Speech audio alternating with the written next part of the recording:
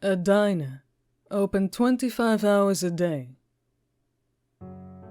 One late night, I found myself driving down what seemed like an endless stretch of road. I was on my way back from a week-long business trip, facing at least a 12-hour drive home. Having always been afraid of flying, the monotonous track was unavoidable, though tedious and sometimes downright soul-crushing. I'd grown used to the lonely road trips back and forth from state to state. In an effort to minimize my commute, I usually refrained from making pit stops. I would push through exhaustion and discomfort, making my way home in one fell swoop. I would then enter my bedroom and meet my blankets with a hard thud, falling asleep almost immediately after my head hit a pillow. Picturing my eventual slumber is what kept my foot on the gas pedal. On this drive, however, I grew particularly hungry. I tried to ignore the feeling, but this became increasingly difficult as the night went on. I found myself lodging for sustenance, fantasizing about dreadful gas station food, anything that would placitate my insatiable late-night hunger. I was between rock and hard place, as tightly squished as it could be. Unable to fight off the urge to eat any longer, I gave in to my stomach's groaning and got off the highway, somewhere in Massachusetts. I had been to the States on several occasions, but this time it was in unfamiliar territory. There were many trees, more than the average Cape-sized town. On top of that, there were no buildings in sight, despite a lack of residential growth. I was sure I could sniff out a 7-Eleven and indulge in a microwave burrito or a slice of rubbery pizza. I drove on for what must have been 30 minutes or so. No gas station, no fast food joints, no building of any kind. Just miles and miles of wooded area. Worst of all, I didn't even have a phone signal to put on my GPS. I was just about to give up on Operation Midnight Snack when I saw a faint glow off in the distance. This signaled to me that it must have been reaching the outskirts of civilization. Furthermore, it meant nourishment, what was just around the corner. As I approached the glimmering light, I realized it was that of a large neon sign. Coming closer, I was able to make out what it said: Supernova Dinner, followed by an even larger subheading: Open 25 hours a day. I guess that they really wanted to drive their "we never close" angle home. And in a cheeky manner no less. Cheekier and larger still, there was a big flashing arrow beneath the sign, pointing to the dinner in question. Hungry as ever, I pulled in without hesitation. I jumped out of my car, rushed towards the entrance, but not before taking a quick look at the place. It was beautiful, retro-themed, silver, boxcar dinner. The smooth metal exterior gleamed in the moonlight as I walked up. It was so sleek and well-crafted that I wondered why it was located in the middle of nowhere. Could they really get by on the odd passerby here and there? After admiring the dinner's craftsmanship, I bagged in, intent on satisfying my late-night case of the munchies. The dinner was void of life, but I heard a voice yell out of the kitchen, "Be there!" While I waited for service, I surveyed my surroundings. A gorgeous, red checkerboarded pattern painted the interior of the building. Lining the perimeter were red booths and tables were immaculate. They looked as though they'd never been touched by human hands. To top it all off, there was a row of similar red, identical, cushioned bar stools at the counter. The dinner definitely had a classic 50s vibe to it, but it was too crisp and clean to feel truly authentic. After a few minutes of waiting, a middle-aged man came from the kitchen, drying his hands with a dish rag. "Hello there. Welcome to Supernova Dinner. My name is Hank, and I'll be your server tonight. How can I help?" Hank wore a retro soda jerk cap, a comically large bow tie, a spotless white apron, and a smile almost too wide for his face. He pointed up at the large menu on the wall behind him, where I noticed quirky food items like Milky Way shake, Galaxy sliders, and planet fries. "Yeah, I'll have whatever the special is." I didn't feel like asking him to translate the menu for me. Plus, I didn't really care what I was eating, so long as my stomach stopped growling. "The Nebula Express coming right up." Hank shot me another awkwardly wide smile. To escape his eager glare, I pulled out my phone and glanced at the screen. Still no signal, but I noticed it was approaching midnight. I groaned a bit, knowing that my detour had cost me a swift return home. Still, I knew I couldn't ignore my biological needs any longer. I would have ended up stopping at some point anyway. I put my phone in my pocket and looked back at the counter. Hank was still there, smiling away. Shouldn't you be getting my order?" He didn't react to my query. Instead, he remained silent and motionless. "Okay then, I'm gonna leave now. Bye." Just as I turned around to head for the door, Hank spoke up. "I wouldn't do that if I were you." "Why's that?" I asked. "Well, it would be a waste of time." I turned back and glared at him. "What are you talking about? Are you gonna get my food or not?" He laughed at me.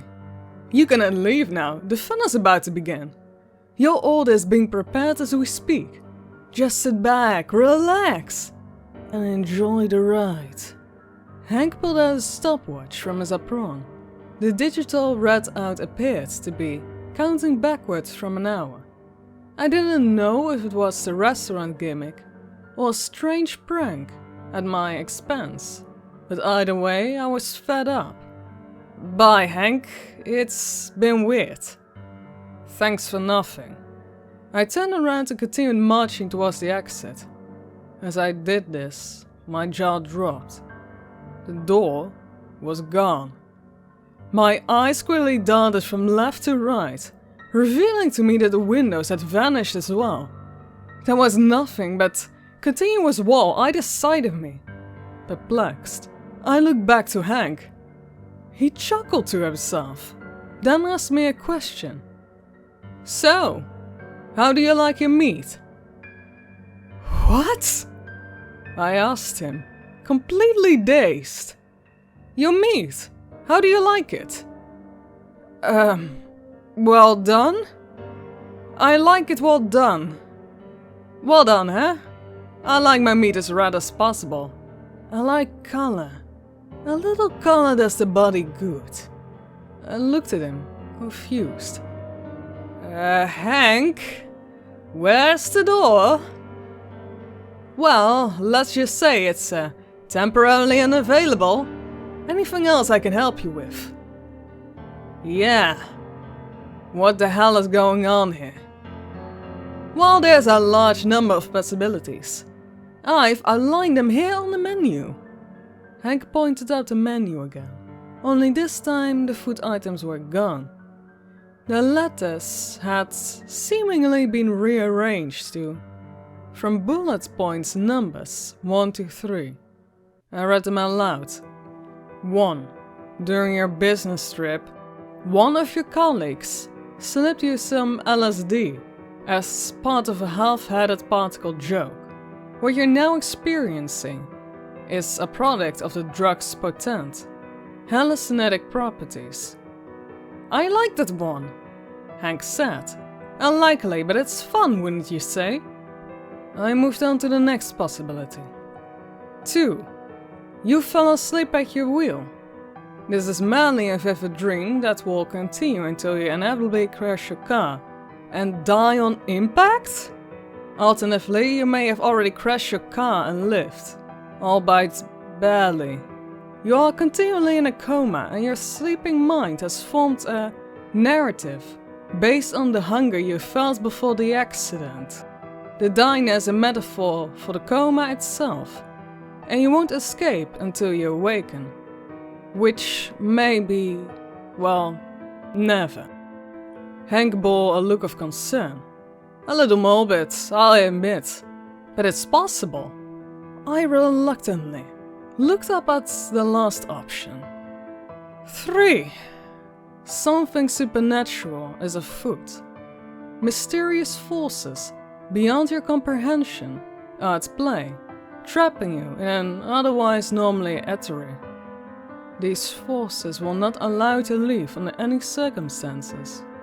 The best thing you can do is accept it, and allow yourself to succumb to whatever classic, paranormal tropes are thrown your way. Death will be your only escape. That's all I could have come up with, Hank said. I'm not sure myself, but I'm leaning towards number 3. What the hell, Frank? What the fuck is this? And shouldn't you know from all people? You would think so, wouldn't ya? But I guess I wouldn't tell you if I did. Now wouldn't I? He offered me another one of his smiles as a consolation. I want to punch it clean off his face. Instead, I partook in a nervous breakdown of sorts. I slammed my body up against the wall, where the door had been. I screamed at the top of my lungs, and I even grabbed a few bar stools and tossed them in different directions, as hard as my arms would allow. All the while, Hank remained calm and still, his lips stretched from ear to ear. Just as I was about to take a swing at him, the kitchen door behind him popped open. "Oh, your order must be ready. Please, come with me." Hank disappeared into the darkness beyond the kitchen's doorframe. I stayed behind, hesitant to follow him. After a few moments, I heard him yell out to me. "Come on, kid, aren't you hungry?" It's true, I was hungry, but I was more so cautious, especially given my particular situation.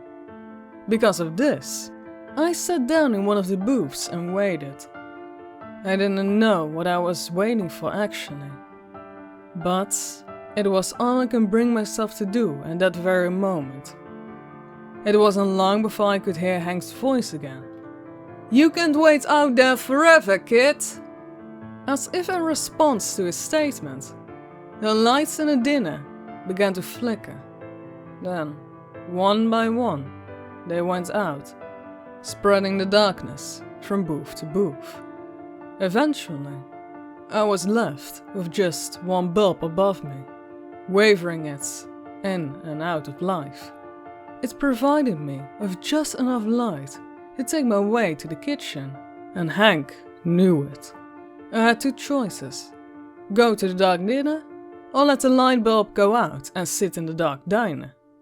Neither option was ideal, but deep down, I knew only one had the potential to lead me to answers. No matter which one of the far-fetched scenarios on the menu was true. As such, I gave in to the narrative that was unfolding around me. It was clear to me at this point that fighting was futile. As I passed the threshold into the kitchen, the door shut itself behind me. Bright light poured out from the ceiling, washing over the entire room, revealing vibrant white walls and flooring. In the center of the room was a chair, slanted in diagonal position, not unlike one you'd find in the dentist's office. Next to the chair was Hank, who had traded in his diner uniform for a flashy, white lab coat. "Finally! Come, sit down! Take a load off!" If only out of fear for what might happen next if I disobeyed. I did as Hank told me. It's not like I had much of a choice at that point. I slowly walked over to the chair and lay down. As I did this, leather straps wrapped themselves around my legs, arms and forehead. I no longer had the luxury of movement or peripheral vision. Hank walked around the front of the chair and pulled out his stopwatch. "You're doing fine, kid. Only 40 minutes left." Without warning, 6 or 7 shadowy figures came rushing over from either side of me.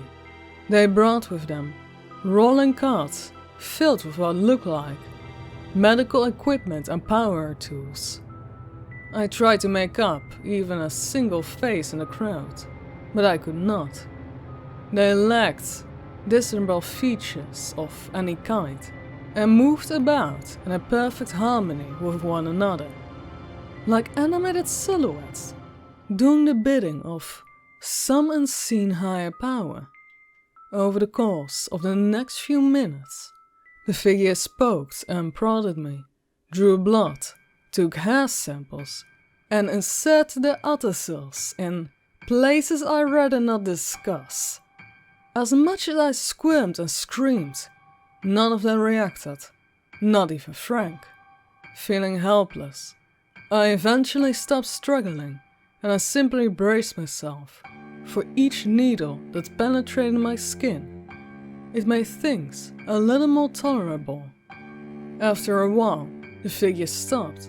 Instead of going away like I had hoped they would, they traded their needles and test tubes for surgical scissors and began cutting my clothes off me. This continued until I was completely naked. I tried talking to Hank, but he was too busy playing around with the samples that he'd been collected. Even if he didn't respond, no amount of encouragement could have prepared me for what happened next.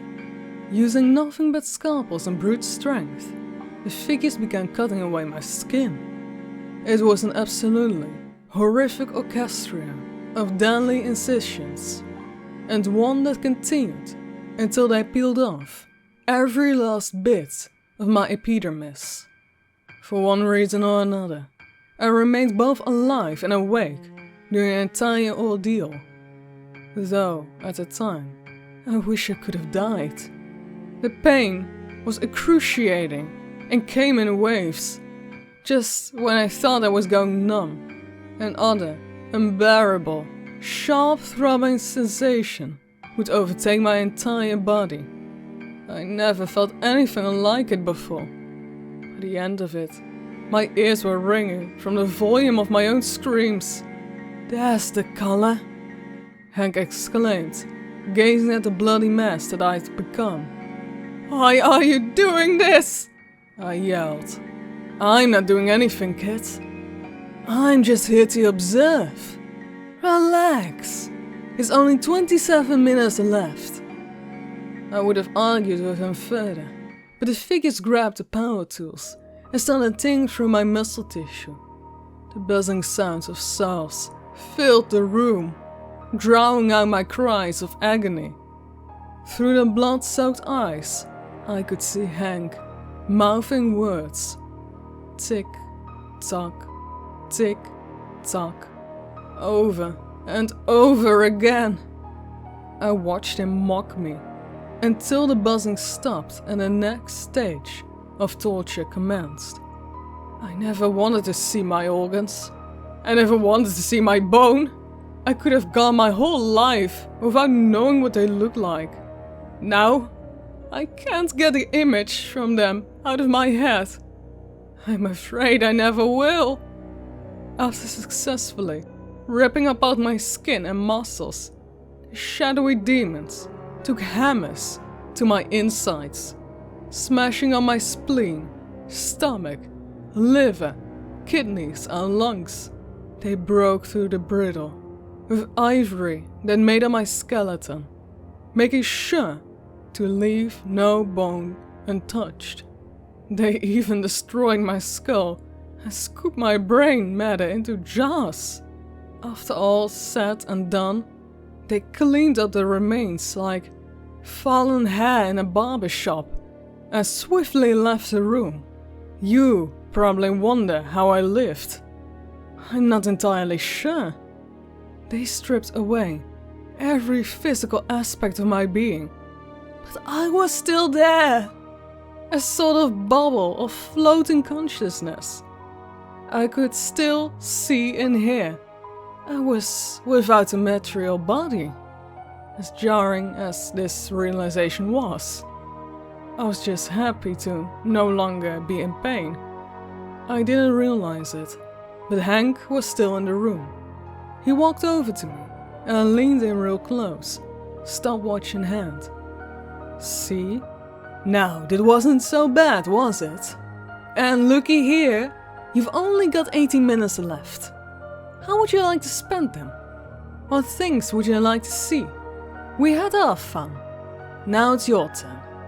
Hank turned around and walked out of the kitchen door, leaving me alone in a white room. Within an instant, things began to change around me. The walls, floor, and ceiling faded, revealing an array of distant stars behind them. I somehow went from being in a diner on planet Earth to floating around in a vacuum of space within mere moments. Within seconds of the room completely fading of view, I was unwillingly hurled throughout the universe at speed of light. Everything around me blurred, and my bodiless soul spun around uncontrollably. If I still had a stomach, it would have been turning. I never forget what I experienced in the moment. I'll never forget what I experienced in the coming moments. But I'll never fully remember it either. Even now, I have access to bits and pieces of what happened. Perhaps the extreme velocity in which I traveled somehow damaged the fragile fabric of my memory, rendering me unable to retain the information I was presented with. Or maybe my feeble mind just couldn't process the imagery. Who knows? In truth, I can only tell you what I felt. That will never go away. As I sped through deep space, I was stopped in specific locations, mostly foreign planets and dead star systems. In these moments, I saw unspeakable things, gruesome things, things I never knew existed in our universe. I was plagued with disturbing sights and concepts of horrific proportions, so horrendous in fact, it made my impromptu autopsy look lame in comparison. I don't know exactly what it was I saw out there, but I feel an immense dread whenever I try to recall it. After what felt like an entirety of torture, I was transported to what I can only assume was a location outside of the observable universe. There were no stars or light to speak of, not even off in the distance. I was alone in a blanket of darkness, left to suffer with the memories of what I'd endured. Just as I was beginning to accept my circumstances, a light glow appeared in the distance. As it became closer to my position, I recognized its features. It was Hank's stopwatch. The readout was approaching 0. 10, 9, 8. I started to feel weary, almost like I was falling into a deep sleep, wondering if that was even possible in my current state. 7, 6, 5. Like a projected movie, the past hour of my life appeared on the black canvas of space behind the stopwatch. It's played in reverse at high speed, like a VHS tape stuck on rewind. 4, 3, 2. Feeling faint, I tried to focus on the imaginary. I relived everything that happened to me at the diner within mere seconds. 1, 0. And poof, just like that, I was back in the diner parking lot. Body and flesh intact. My car there next to me, right where I'd parked it. I took out my phone and checked the time. It was 12:01. Everything had returned to normal. Somehow, to the way it was before. Elated, I jumped into my car and started it up. I was about to drive off like a bat out of hell. But I decided to take one last look at the diner. Somehow, within its walls, there does exist an extra hour in the day. How it's possible, and what its purpose is, I cannot be certain. Maybe Hank was right, and the third scenario had something to do with it. The only thing I do know is that I had survived, and I won't be making another pit stop anymore soon. No matter how hungry I might be. Just then, before my eyes, the diner lifted itself from its foundation and flew upwards into the night sky.